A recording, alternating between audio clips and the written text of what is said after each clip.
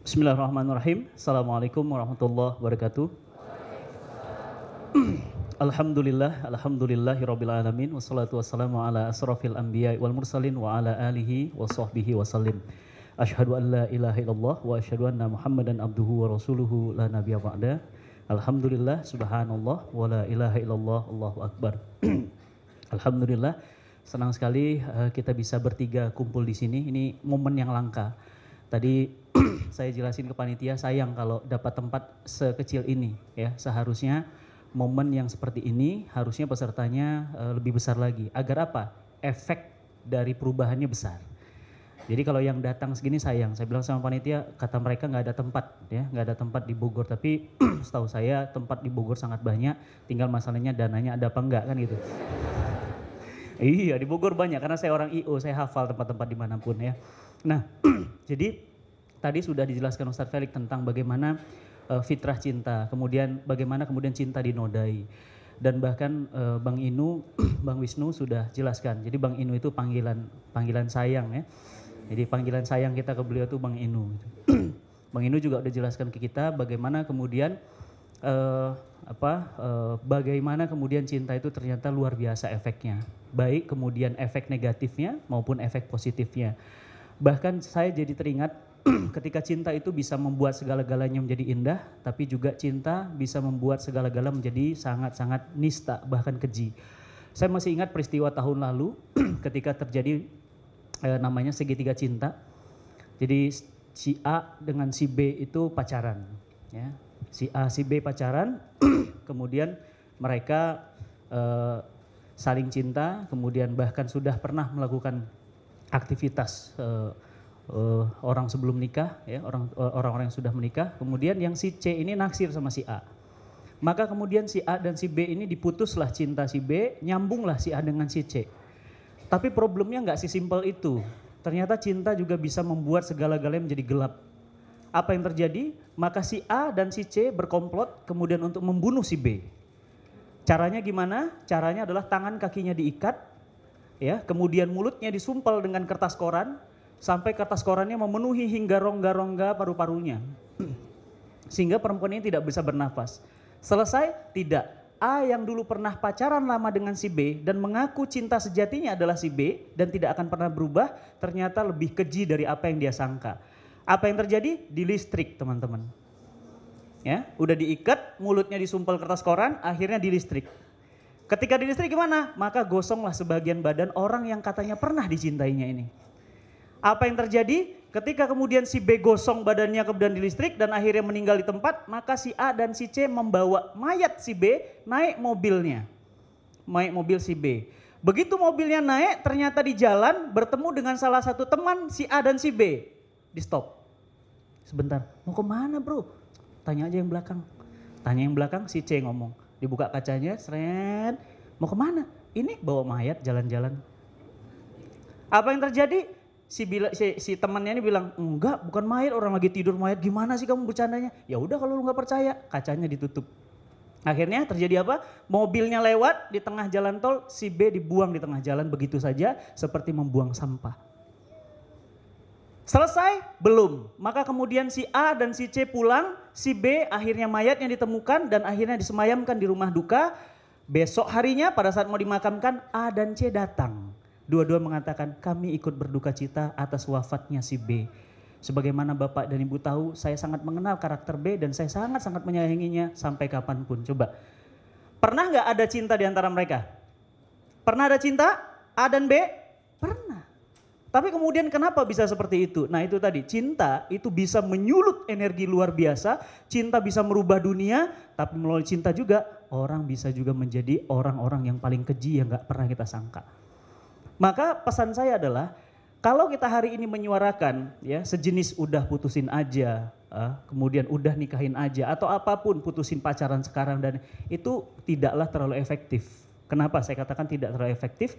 Karena ternyata kita itu melawan sebuah energi besar, sebuah mainstream besar, sebuah kekuatan besar. Apa itu? Yang bernama sistem kehidupan. Sistem kehidupan itu nggak bisa dilawan dengan seminar. Sistem kehidupan itu nggak bisa dilawan dengan seruan. Ya, dia bisa memukul dan pukulannya lumayan telak, tapi dia tidak bisa menjatuhkan, apalagi mematikan. Kenapa? Karena sistem itulah yang kemudian melestarikan hal-hal ini bisa terjadi. Contoh pertanyaan saya, kemarin ada di Malang, plang gede.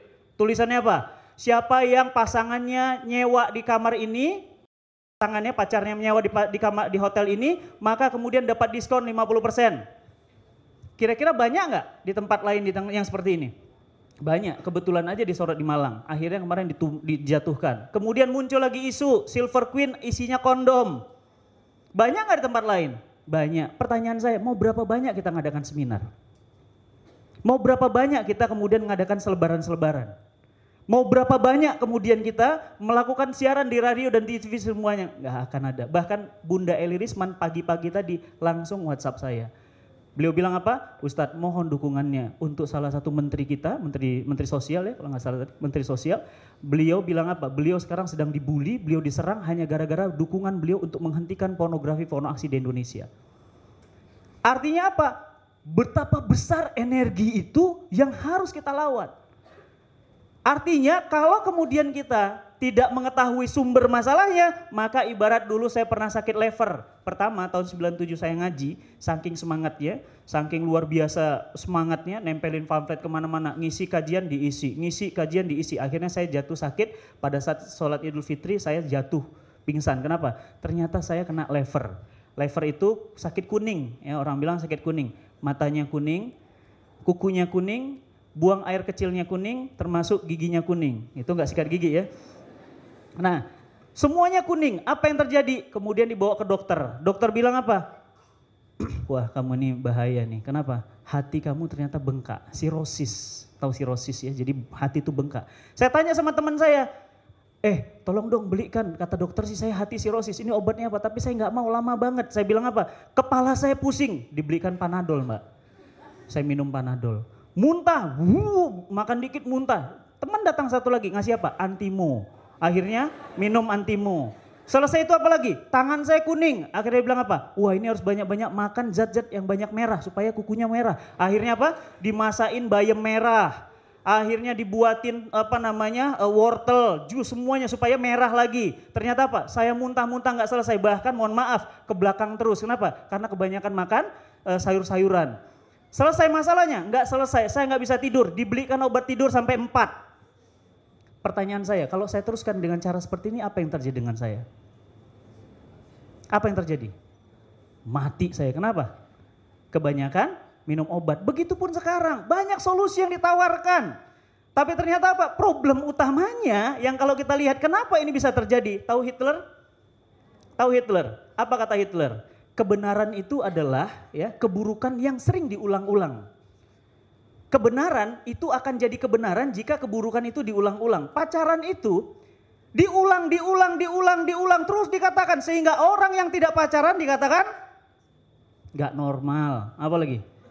Banci, kampungan, nggak tren. Ada jamaah saya di Bintaro, anaknya ganteng, tinggi, bule.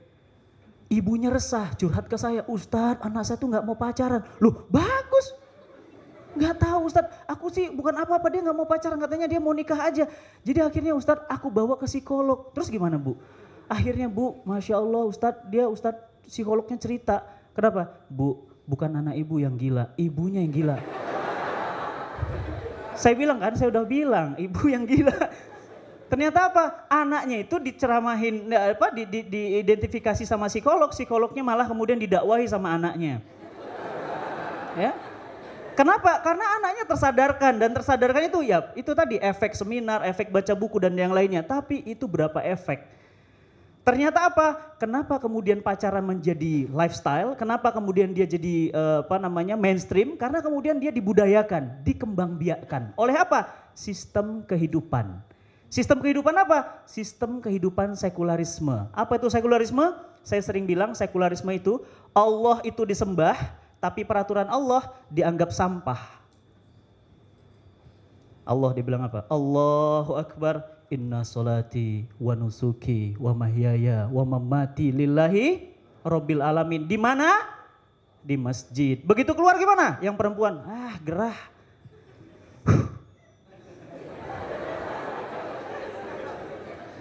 Dia ekonom, wah pakar ekonom, lulusan Harvard, Muslim. Ketika dia sholat, Allahu Akbar, Sami Allahu liman hamidah, Rabbana walakal ham. Bahkan dia kata apa? Subhana rabbiyal a'la wa bihamdi, Subhana rabbiyal a'la wa bihamdi. Begitu selesai dia bilang apa? Allah, lu boleh ngatur gua kalau lagi sholat, tapi jangan ngatur gua kalau ngurusin sistem ekonomi. Karena gua lebih cerdas dari lu ya Allah.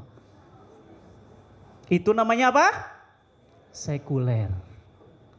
Pakar politik, doktor, insinyur, kalau mau hanya 7 mungkin banyak pulang dari Amerika, Muslim, keturunan ustadz hebat datang ke Indonesia. Ketika diwawancarin, Mas, Anda Muslim? Muslim. Anda yakin Islam sistem yang sempurna? Yakin sih. Bagaimana Islam memandang sistem pemerintahan? Oh, saya nggak tahu. Yang saya tahu bahwa sistem pemerintahan itu republik demokrasi. Jadi sorry, jangan tanya sama saya kalau soal tentang Islam. Tanya sama ustadz. Saya bukan ustadz. Begitu kemudian azan berkumandang, dia sholat. Dia katakan apa? Sama kayak ekonom tadi. Dia bilang apa? Subhana rabbiyal a'la wa bihamdi. Subhana rabbiyal a'la wa bihamdi. Begitu selesai dia bilang apa? Allah, lu boleh ngatur gua kalau lagi sholat. Gua sujud, ruku dan bersimpu di depanmu. Tapi kalau urusan politik, gua lebih pintar daripada lu. Tolong, aturan lu jangan ngatur gua. Sorry. Apa namanya itu? Sekularisme. Jadi sebenarnya pacaran ya atau kemudian seks bebas dan semua anak-anak problem-problem yang lain itu anak kandung dari sekularisme. Jadi kalau sekularisme ini tetap meraja, nggak akan pernah bisa. Nggak akan pernah bisa, percayalah. Kenapa? Ini masalah pacaran. Sejak saya dakwah pertama kali tahun 97 sudah ada apa belum? Sudah ada. Dan sekarang sudah tahun berapa? 2015. Nggak selesai-selesai. Walaupun sudah ganti-ganti pemimpin. Dari mulai pemimpin yang jenderal ya sampai kemudian orang-orang seperti Profesor Dr. Ing, bahkan semua sudah dicicipi, tapi ternyata ada perubahan? Tidak, karena orang yang berubah sistemnya masih tetap itu-itu saja. Sistem apa? Sekularisme, maka nggak akan pernah bisa. Sekuat apa kemudian kita menjaga interaksi? Sehari oke. 2 hari muncul tadi yang Ustadz Felix bilang apa itu? Pacaran fisabilillah. Pacaran fisabilillah gimana? Pacaran fisabilillah itu gini, dia jam 4 malam nelfon Ahwat. Assalamualaikum Ufti, waalaikumsalam. Masih bobo ya? Tahajud yuk. Nah itu ya. Yuk nanti AA imamin ya. Meskipun kita jauh, ya kan, tapi kita menatap langit yang sama. Nah itu apa namanya? Pacaran fisabilillah. Akan muncul yang begituan dan bahkan itu jadi tren sekarang. Di apa? Di komunitas-komunitas Islam di perkotaan. Ngaji pacaran haram tapi ternyata apa? Pacarannya jadi belok, pacaran islami. Saya sering bilang kalau ada pacaran islami, nanti ada zina islami. Zina islami gimana? Mau berzina baca basmalah dulu. Bismillahirrahmanirrahim. Setelah zina, alhamdulillah. Kemudian pelacurnya bilang, Mas gak usah dibayar. Kenapa? Lillahi ta'ala Mas. Tenang Mas, jadi amal soleh gitu ya. Gak ada itu pacaran islami, gak ada juga zina islami. Kalau begitu ada yang pakai email islami, nanti akan muncul lagi apa? Maling islami. Dia ngambil barang antum, kemudian dia naruh kertas kecil ada tulisannya, jazakallah khairan jazak. Semoga Allah membalas dengan yang lebih baik, bahkan yakinlah antum Allah pasti ganti. Jadi artinya apa? Nggak usahlah kemudian kita ini main-main tambal sulam. Bahwa kemudian kita harus berdakwah sekarang seperti yang Ustadz Felix lakukan, harus dilakukan. Bahkan keras dilakukan, bahkan harus didukung oleh semua pihak. Tapi harus disadari bahwa itu tidak akan mampu menyelesaikan masalah. Kenapa? Nggak nyentuh masalah pokok utamanya. Maka saya dan Ustadz Felix termasuk juga Bang Inu sekarang terus mengkaji dan belajar Islam untuk kemudian apa? Menginstal Islam dalam diri kita. Kalau Islam sudah terinstal, maka bisa nggak kita nginstal orang? Bisa. Saya pernah buat tweet judulnya apa? Power Bank, pernah baca? Kalau yang ikut fanpage saya ada Power Bank. Power Bank itu apa? Pernah nggak lihat Power Bank? Siapa di sini nggak pernah lihat Power Bank? Power Bank itu sebelum ngecas orang harus dicas belum? Dicas. Dan dicasnya lebih bagus apa? Full atau setengah? Full. Kalau dia sudah full, dia bisa ngecas orang lain? Bisa. Nah, problemnya sekarang banyak orang mau ngecas, tapi ternyata yang dicas bukan Islam sebuah sistem, tapi hanya seperti Islam hanya sebahagian-sebahagian. Gak akan bisa menyelesaikan masalah. Percaya, pegang kata-kata saya, dan itu kemudian sudah Allah Subhanahu wa taala katakan, wa may yabtaghi ghairal islami dinan fala yuqbala minhu. Barang siapa yang mencari din atau mencari ideologi, mencari peraturan hidup selain Islam, maka nggak akan pernah mampu. Bahkan kemudian dikatakan di akhirat termasuk orang-orang yang rugi. Nggak bisa, jadi nggak ada tandingan. Oleh karena itu yang pertama saya ingatkan, nanti kita akan ada talkshow. Yang pertama, install diri kita dengan ideologi Islam. Selagi tidak diinstal, maka akan muncul masalah-masalah ini terus. Yang kedua apa? Install orang lain juga dengan ideologi Islam. Kalau kemudian ideologi Islam nggak kita install, nggak akan pernah bisa. Percaya akan terjadi lagi, terus terjadi lagi. Berapa sering terjadi lagi? Ya, ada cicak versus buaya jilid 2. Sebelumnya ada jilid 1? Ada. Bahkan masing-masing sekarang sudah pegang kartu as. Tahu? Lu aduin gua keluarin aduin lu juga. Ayo. Semuanya saling sandra. Coba bayangin. Ceritain tentang gua. Oke, bongkar lah. Gua juga bongkar aib lu. Ayo. Bayangkan ya. Elit-elit politik sudah saling sandra. Kenapa? Karena sudah akibat atau buah dari sebuah tatanan sistem kehidupan.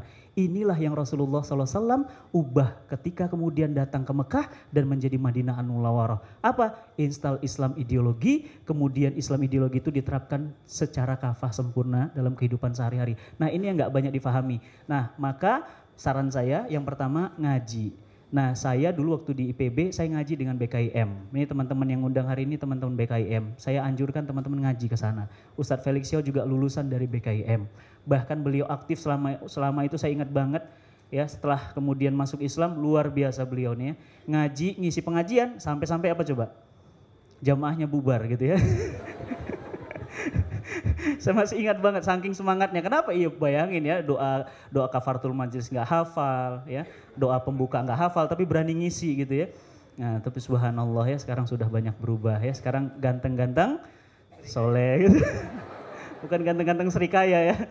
Nah oleh karena itu maka pada hari ini kita dapat pencerahan dari 3 pembicara yang ada di sini. Mudah-mudahan bisa dirangkai ya. Jadi kita tahu bahayanya luar biasa. Dan hari ini antum tahu sekarang hotel-hotel sudah menyiapkan. Tahun lalu saya ada rekod penjualan alat kontrasepsi kondom itu meningkat 200 kali lipat. Ditargetkan tahun ini naik sekitar 400 kali lipat. Caranya gimana? Macam-macam cara. Ada yang dibundling, ada yang macam-macam ya. Nah pertanyaannya adalah bagaimana kita menyelesaikan problem seperti ini? Kalau kemudian kita nggak menyelesaikannya secara akar masalahnya, kita hanya menyelesaikan cabang-cabangnya, sementara akarnya tetap bermaharaja rela, nggak akan pernah selesai sampai kapanpun. Wallahu a'lam bishawab. Assalamualaikum warahmatullahi wabarakatuh.